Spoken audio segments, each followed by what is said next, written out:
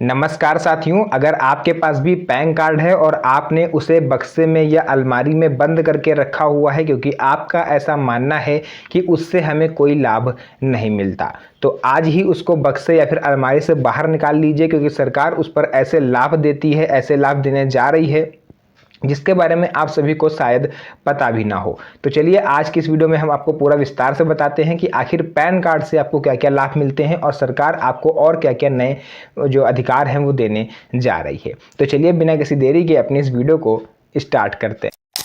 तो देखिए यहाँ पर सबसे पहले तो मैं आपको यही बता दूं कि आखिर पैन कार्ड से आपको स्टार्टिंग के लाभ क्या मिलते हैं, यानी कि इनिशियल आपको लाभ क्या होता है।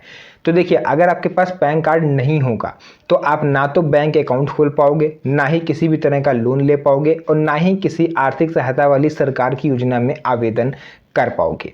अब मैं ऐसा क्यों बोल रहा हूँ, इसको थोड़ा ध्यान से सुनिएगा। अगर पैन कार्ड आपके पास है तो आपको सरकार की जो आर्थिक सहायता है वो भी तेजी से मिलती है और आपको प्राथमिकता पर मिलती है।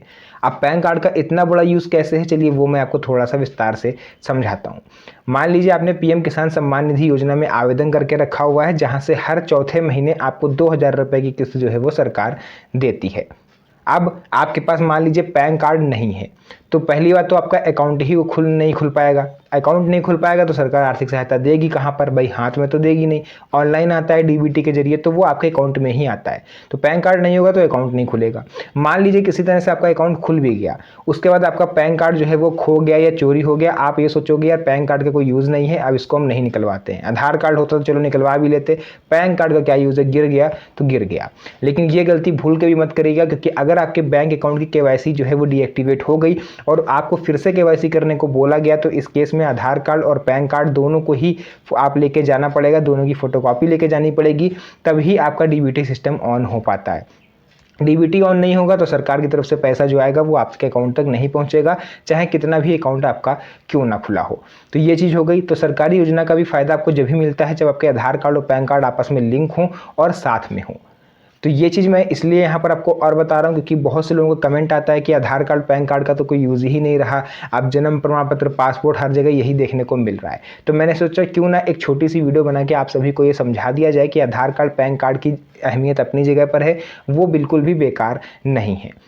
दूसरा यहाँ पर देखिए सबसे ज़्यादा फ़ायदा आपको कहाँ पर मिलता है।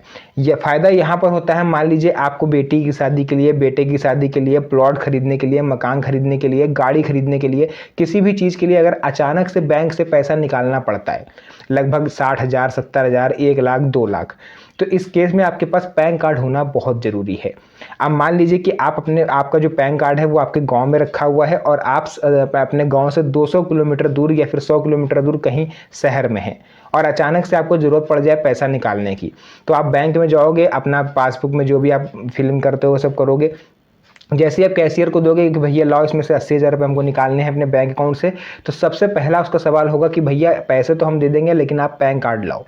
क्योंकि सरकार का एक नया नियम है, शायद आप लोग को नहीं पता है, आरबीआई की तरफ से भी ये नियम बहुत पहले आ चुका था कि अगर आप 50,000 रुपये से ऊपर का ट्रांजेक्शन कर रहे हो तो ऐसे में आपको अपना पैन कार्ड देना पड़ेगा। यानी अगर आपको 50,000 से ऊपर रुपये निकालना है, 55,000, 60,000, तो ऐसे में आपको पैन कार्ड की फोटोकॉपी बैंक में जो कैशियर होता है उसको देनी पड़ेगी, उसके बाद ही वो आपका पेमेंट करेगा। और अगर आपके पास पैन कार्ड नहीं है तो आपको खाली हाथ लौटना पड़ेगा या फिर आप 50,000 से कम निकालो।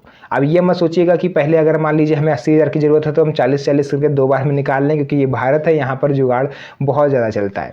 लेकिन आप ऐसा नहीं कर सकते, ध्यान रखिएगा। अगर आप ये होशियारी करोगे तो वहाँ पर जो बैंक का सर्वर है वो सब कैच कर लेता है, आप एक ही बार फिर एक दिन में पैसा निकाल सकते हो। ये चीज़ भी ध्यान से रखिएगा। मतलब जो टाइमिंग होती है वो ये होती है कि 24 घंटे में केवल आप 50,000 से कम का पेमेंट निकाल सकते हो। अगर उससे ऊपर जा रहे हो तो आपको पैन कार्ड देना पड़ेगा। इसके अलावा भी बहुत सी चीज़ें होती है, मैं आपको यहाँ पर बता देता हूँ क्योंकि मैंने पहले ही सब कुछ नोट करके रखा हुआ है। जो मेरे पुराने व्यूवर्स हैं वो जानते हैं कि मेरे से कोई भी छोटी से छोटी सूचना मिस ना हो, इस वजह से मैं सब कुछ पहले ही नोट डाउन कर लेता हूँ। तो टैक्स रिटर्न फाइल करना भी पहले से ज़्यादा आसान हो गया है। पहले जहां आपको कई दिन लग जाते थे, लगभग आईटीआर अगर आप फाइल करने जा रहे हो, अपना इनकम टैक्स रिटर्न आप भरने जा रहे हो, तो ऐसे में आपको 2 से 3 दिन का समय लग जाता था। विभिन्न तरह के डॉक्यूमेंट आपको लेके जाने पड़ते थे, उसके बाद आपका फाइल होता था। लेकिन अब दिन का काम घंटों में, घंटों का काम आपका मिनटों में होगा। यानी कि बहुत ही आसानी से पैन कार्ड की सहायता से आप अपना आईटीआर फाइल कर सकते हो। अगर पैन कार्ड यहाँ पर आपका नहीं हुआ तो आप इनकम टैक्स भी फिल नहीं कर पाओगे, फिर उसका आपका ईडी का जो भी नोटिस वगैरह है वो अलग से आएगा, फिर वो उसका झंझट आप अलग से झेलोगे। इसके अलावा लोन लेना पहले से ज़्यादा सरल हो गया है। जी हाँ साथियों, अगर आप किसी भी तरह का लोन लेने वाले हो, आप होम लोन ले रहे हो, गोल्ड लोन ले रहे हो, एजुकेशन लोन ले रहे हो या फिर बिजनेस के लिए लोन ले रहे हो, तो इस केस में अगर आपके पास पैन कार्ड नहीं है तो बैंक आपको लोन नहीं देगा। ये चीज़ दिमाग में रखिएगा, बिना पैन कार्ड के कोई भी आर्थिक या फिर वित्तीय लेन देन आप नहीं कर सकते, स्पेशली भारत में। ठीक है, तो ये चीज़ दिमाग में रखिए, क्योंकि जो पैन कार्ड है वो फालतू नहीं है, जो फालतू समझ के आपने उसको रख दिया है, वो आपके घर का, आपके बैंक का, आपकी जमा पूंजी का पूरा वित्तीय देखरेख जो है वो पैन कार्ड ही करता है। इसके अलावा सरकारी योजनाओं में लाभ तो आपको मिलेगा ही, मैंने आपको बता दिया है। बैंकिंग और व्यापार में भी आपको इसका विशेष महत्व मिलता है। आप दुकान पर जाओगे, किसी बड़ी दुकान पर आप जाओगे, वहाँ पर देखोगे वो लोग जो है QR कोड अपना रखे होते हैं ऑनलाइन पेमेंट के लिए। जैसे आपने मान लीजिए 200 का सामान लिया, आपने अपना स्कैनर निकाला, स्कैन करा, 200 रुपये ऑनलाइन कर दिए। कभी आपने ये सोचा है कि आखिर जो स्कैनर रखा हुआ है उसकी लिमिट क्या है? कई बार आप देखते होगे कि लोगों की लिमिट सेट हो जाती है या फिर भर जाती है। किसी ने 10,000 सेव करके रखी हुई है, 10,000 उसकी से डन हो गई, उसके बाद फिर वो ऑनलाइन पेमेंट नहीं लेता है। तो ये जो लिमिट होती है ये पैन कार्ड की बदौलत ही आप सेट कर सकते हो। ऐसे जो बड़े बड़े बिजनेसमैन होते हैं उनके में चाहे आप 50,000 करो, चाहे 1,00,000 रुपये ऑनलाइन कर दो। एक बात बता रहे हैं, हालांकि 1,00,000 ऑनलाइन आप नहीं कर सकते, लेकिन अगर आप 1,00,000 रुपये तक भी ऑनलाइन कर दो तो भी उनकी लिमिट खत्म नहीं होगी, क्योंकि उनका जो पैन कार्ड है आधार कार्ड से लिंक है और उसकी जो उनकी लिमिट है वो सेट है QR कोड से।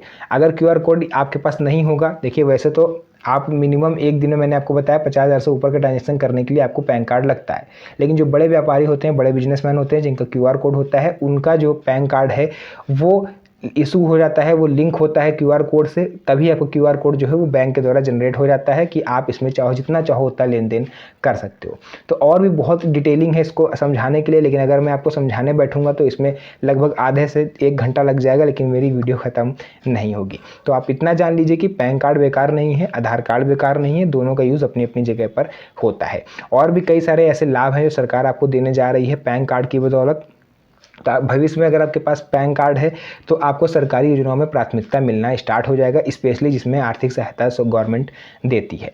तो जो भी चीज़ें थी मैंने पूरा आपको विस्तार से बता दिया है। वीडियो पसंद आई हो तो वीडियो को लाइक करके चैनल को सब्सक्राइब जरूर कर लीजिएगा, क्योंकि इस तरह की वीडियोज़ मैं आपके लिए बनाता रहता हूँ। तो मिलेंगे आप सभी से नेक्स्ट वीडियो में एक और अच्छी इंटरेस्टिंग मज़ेदार वीडियो के साथ। तब तक के लिए धन्यवाद। जय हिंद।